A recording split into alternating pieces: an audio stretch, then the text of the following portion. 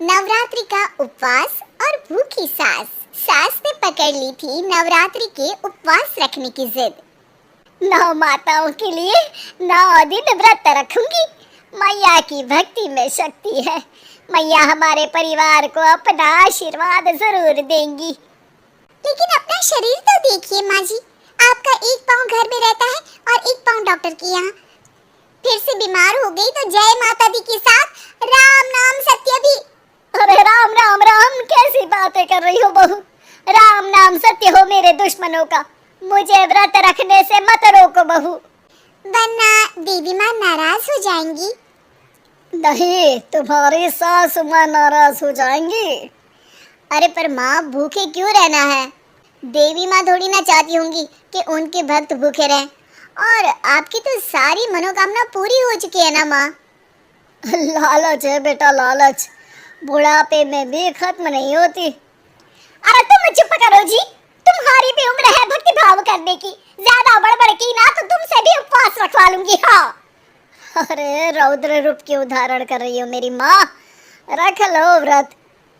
ठीक है माँ, बस अपनी हेल्थ का ध्यान रखना। अरे उसकी चिंता तुम मत करो बेटा, मैंने टीवी पे देख लिया है कि व्रत में क्या क्या खाने से शरीर में कमजोरी नहीं होती। अच्छा ही है, वरना ऐसा ना हो कि 9 दिन के बाद तुम मैया के द्वार की जगह सीधा हरिद्वार। अरे तुम मुझे हरिद्वार क्यों भेजना चाहते हो? क्योंकि अब तुम्हें मायके तो भेजने से रहा। बाबूजी, क्यों माँ को परेशान करते रहते हो? अच्छा माँ, ये बता दो कि आपको व्रत में खाने के लिए क्या क्या चाहिए होगा? सास के सामने सब हार जाते हैं। माँ के कहे सामान को बेटा लेकर आता है। नवरात्रि का पहला दिन है। नाश्ता कर लो, स्वस्थ रहो, मस्त रहो। मेरा व्रत से ध्यान भंग मत करो। अच्छा ठीक है ठीक है, भूख लगेगी तो मेरी तरफ मत देखना, आई बड़ी। तुम कोई खाना हो जो तुमको देखूंगी, आए बड़े। माँ जी, ये लीजिए आपका फरियाली मिक्सचर, इससे व्रत नहीं टूटेगा। अरे इतना सा? दिन भर भूखी रहने वाली हूँ, थोड़ा तो और ला दे। पर ये सब तो सपोर्ट के लिए होता है ना माँ जी, पेट भर के थोड़ी ना खाना होता है। करवा चौथ का व्रत नहीं रख रही हूँ जो कुछ ना खाऊं पीऊं। हाँ यार, ये तो मैंने सोचा ही नहीं।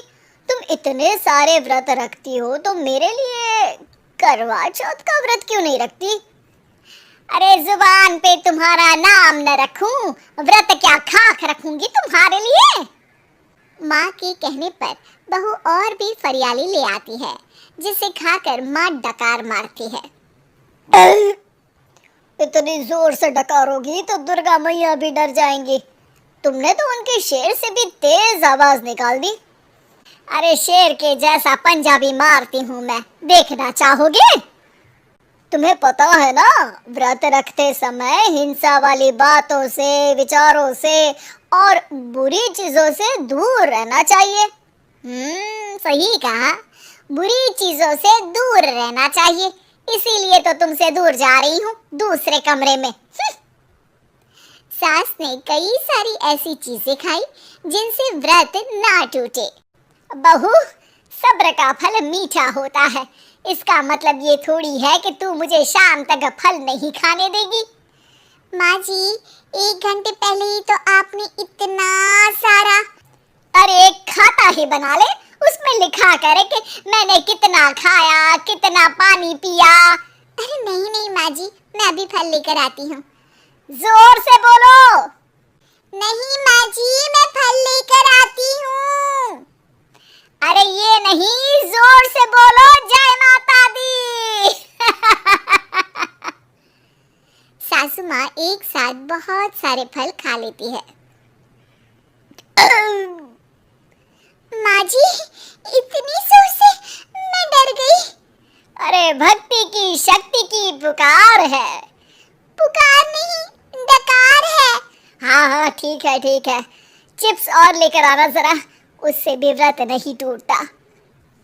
माँ जी, आज ही सब खत्म हो जाएगा, नाश्ते का ही टाइम है। अरे ठीक है ना बेटा, मैं अब कुछ खाऊंगी ही नहीं, तुझे इतनी तकलीफ है तो। नहीं नहीं माँ जी, मेरा मतलब था कि उपवास में सिर्फ इतना खाना चाहिए जितना शरीर के लिए सही रहे। स्वाद के लिए खाने से तो अच्छा है कि उपवास ही मत रखो। माता जी की कृपा तो वैसे भी बनी ही रहती है। अरे वाह बहू वाह, एक ढोलक और हारमोनियम भी लेकर आना और प्रवचन करने लग जा। श्री श्री 108 बहु ईश्वरी माता। माँ जी, मैं आपके लिए चिप्स लेकर आती हूँ। बहू की सही सलाह को भी सास नजरअंदाज कर देती है। थोड़ी देर में बहू सास को चिप्स लाकर दे देती है। आलू की चिप्स, मजा आ गया। आलू किसी भी सब्जी में चला जाता है। आलू पनीर, आलू पालक, आलू टमाटर, आलू भिंडी और तो और पराठे में भी चला जाता है। वैसे ही इंसान को भी हर स्थिति में आलू जैसा होना चाहिए। थोड़ी देर में वहाँ ससुर जी आते हैं। क्या चिप्स खा रही हो? अरे नहीं जी, दिख तो चिप्स ही रही है। अरे तो पूछ क्यों रहे हो? अरे गुस्सा क्यों हो रही हो? उपवास में गुस्सा नहीं करना चाहिए।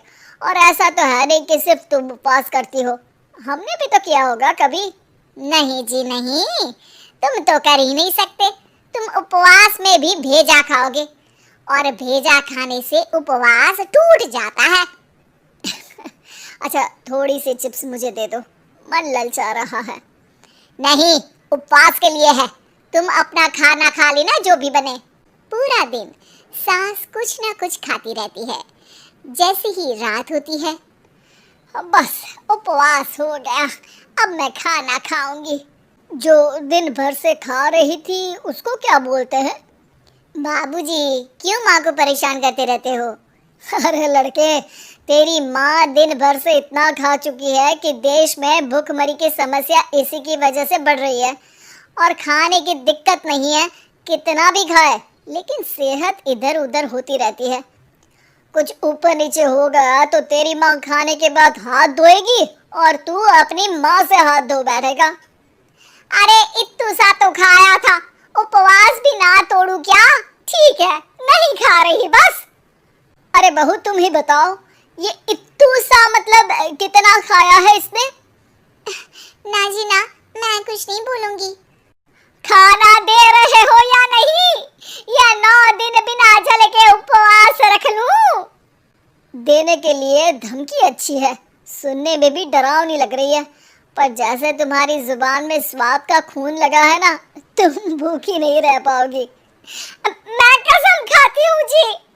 अरे देखो, कसम भी खाओगी तुम। अरे कुछ और दे दो इसको खाने को। ये ले, दाल चावल खा ले बस। डॉक्टर भी कहते थे कि माँ को आए दिन पेट से जुड़ी समस्या रहती है। बस इसी के लिए घर वाले पहले उन्हें उपवास नहीं करने दे रहे थे, लेकिन जब उपवास करने दिया तो माँ ने इतना फरियाली खाया कि घर वालों की चिंता बढ़ा दी। और जैसा कि घर वालों को डर था, अगले दिन उनकी तबीयत खराब भी हो गई। डॉक्टर को बुलाना पड़ा। अरे जितनी बार आप बीमार होते हो उस हिसाब से तो मुझे एक क्लिनिक आपके घर में ही खोल लेना चाहिए। या फिर क्लिनिक में ही इनका एक अलग कमरा बनवा देते हैं डॉक्टर साहब। बाबूजी, पिताजी, मेरे जनक, क्यों हमेशा मजाक करते रहते हो? डॉक्टर साहब, माँ का पेट खराब है। क्या खाया था? जो मिला, जो दिखा, सब कुछ। अरे बस भी करो जी। बस तो तुमको करना था खाते वक्त। देखिए, खाना अच्छी बात है और उपवास भी आदमी को रखते रहना चाहिए, लेकिन तब जब शरीर लायक हो। पहले दिन ही बीमार हो गई तो 8 दिन कैसे होगा? आप व्रत मत रखो और खाने पीने पे ध्यान दो। मैं गोलियां दे रहा हूँ। आप भी कुछ खाने को ही दे रहे हो? हाँ, इससे जल्दी ठीक हो जाएंगी, समझ गई आप? अब तो ठीक ही होना है ना मुझे। जोर से बोलो। जय माता दी, जय माता दी।